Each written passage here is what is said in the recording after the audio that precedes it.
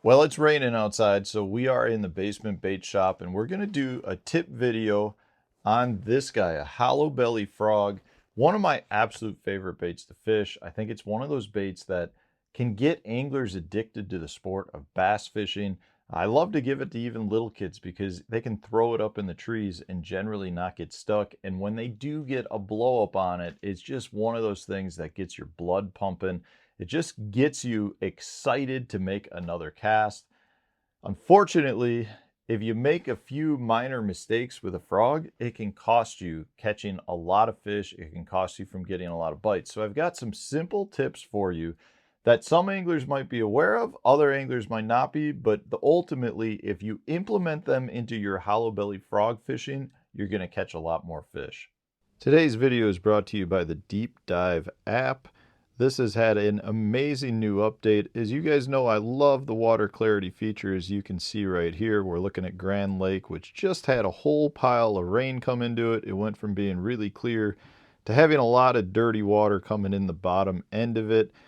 Just an amazing feature to be able to determine where the clear water is versus the muddy water. So Deep Dive has just also introduced stream flow. Now this is a really cool feature that shows all of the water input coming into certain reservoirs and the amount of water coming in. So they measure it in cubic feet per second.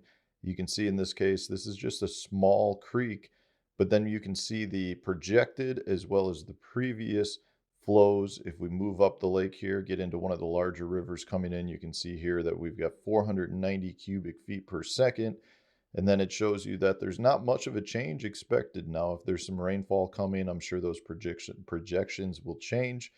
If we scoot on over here to take a look at Kentucky Lake and Barkley Lake, much larger river systems, the Tennessee River, you can see what the projected outflow is going to be there, 28,000 cubic feet per second. Go check the Cumberland River here. We got 9.4 thousand cubic feet per second. Just an amazing feature that allows you to see all of the different water flows coming into the different parts of the lake. You can see which ones might be the most affected, which ones won't be affected, see what the projected outflow schedules are. A major feature to help you catch more fish. And that's on top of some of the other new features like the wind effects. Now, the wind effects is really cool because we've had wind effects as part of the app in the past, but all it did is show where the wind was hitting the shoreline the most, as you can see from the dots, the orange and bright red dots, which indicate where the wind is really striking. But now the wind feature also indicates what the wave action is like on the lake itself. So some of the features you're going to get from this is determining where to get from place to place safely by avoiding the heavy, rough water conditions. You'll be able to determine where you may have some of the strongest current flow and some of the places where you can fish to stay protected. Now, along with that, you still have some of my favorite features like the patterns that you've got on the lake that indicate the best baits and lures to fish with. You've also got the water inflow app, which shows you where a bunch of the rain input comes in. That can be an amazing pattern to fish throughout the year. Just a great feature to have. So many positive features anytime you're fishing or using the Deep Dive app. Just points you in the right direction to catch more fish. Whether you're a tournament angler or a local fun fisherman that's just out to catch a few fish, the Deep Dive app will help you catch more fish next time you're out on the water. The first tip that we're going to talk about is how to add a little bit of weight to your frog. Now, this is something you'll talk to a lot of anglers with, and most of them add weight to their frogs. In the old days, you had to add a ton of weight.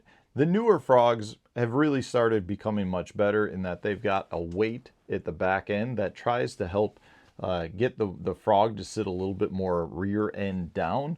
The reality is, though, in my opinion, you can't generally have too much weight. At least I like to add more weight, and there's a couple of reasons for that. One, if you're pulling it over cover, maybe you've got matted grass, maybe you've got some cheese mats, maybe you've got thick lily pads, adding additional weight pushes down on those objects and allows the fish a better opportunity to see and feel your bait. At the same time, it also helps them suck it down and in. So if they come up and they're trying to bust through a mat of floating grass, they're going to have a better chance to pull that in because it's heavier. So I like to add some weight. Now, there's various things I'll do to add weight. Some of it could be, or one of the things I'll do is add actual weights, split shots or tungsten weights. Some of the things I'll do is add glass beads. I'll add little jingle balls, things to add sound. But generally speaking, I don't want to overload it, because if you overload it with things, you'll actually take away from some of that gap when the fish squeezes down on the frog. But I like to add a few weights. And some of my favorite things to do is actually take some like old tungsten heads. So this is actually a, what is this? A 3.5 gram tungsten round ball from a jig head that was no longer good. I actually just melted the epoxy that held the head on the hook, and I'll take it and I'll slide it in the hook, or I slide it in the frog. It's really easy to do. All you do is spin your hook around, and where that hook comes out of your frog's belly, you can just take the weights that you want to add and literally just pop it right in. I mean, it takes a little bit of force, but you'll be able to get them to slide in with a little bit of force. So that tungsten 3.5 gram round ball jig head is now in my frog.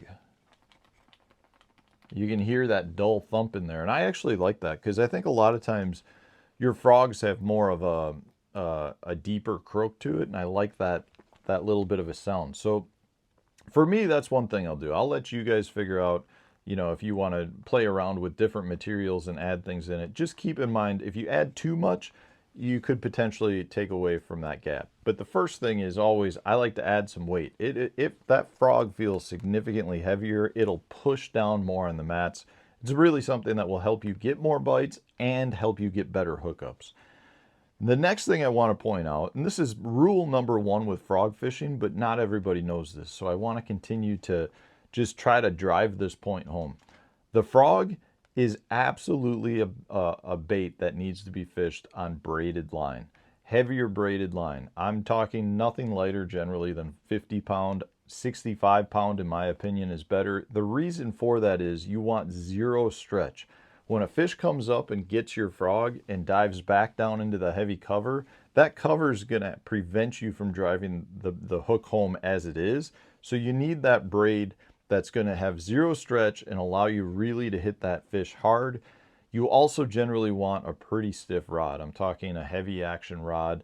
I tend to actually prefer shorter rods, because a shorter rod means when I twitch the bait and try to walk it on the surface, I'm moving it less with a shorter rod. So I actually throw like a 7-foot rod.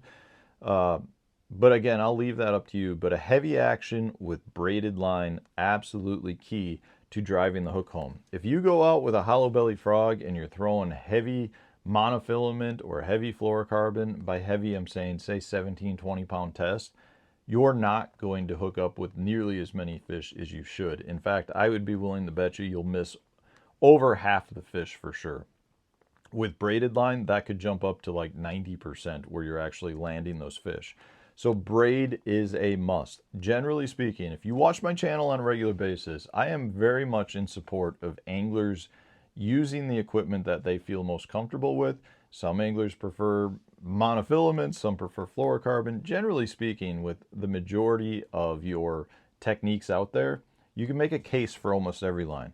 In frog fishing, I feel very, very strongly that there is only one right answer, and that's a relatively heavy braided line, 50 pound or more braided line.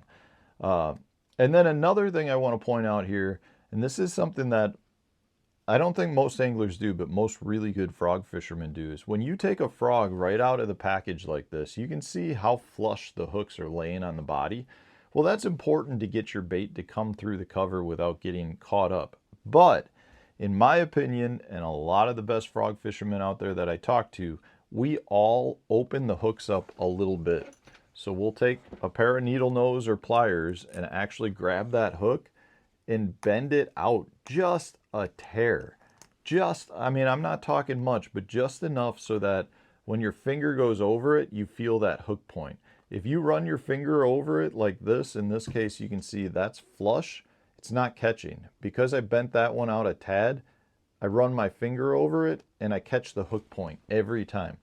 Just opening those two hooks up just a tad will really help you land more fish. And it's something where, you know, these hooks are so heavy, it's actually hard to open them up a little bit, but when you open them up just that little bit, it will really, really increase those hook percentages. So I do that to both hooks. So in this case, you can see I opened that one up just a tad. It was laying basically flush with the body. Now if I run my finger over it, I catch it every time. That's what you want out of your frog. It still will come through grass really good. Obviously, if the frog turns over and you're in a cheese mat, you're going to get a little bit of moss on there because you opened it up a tad. But it is worth it knowing that you're going to have much better hookups. So those are, in my opinion, 3 absolute must-do tips to help you become a much better hollow belly frog fisherman. So let me know in the comment section, do you have a few other tips that you like? I mean, there's things you can do where you can change the colors of them, trim the skirt up a little bit, but ultimately those 3 things are absolute must once you're frog fishing. Thanks for watching. If you enjoyed today's video, hit the like button, subscribe to the channel if you haven't already. Stay tuned, we'll have a new video coming out tomorrow.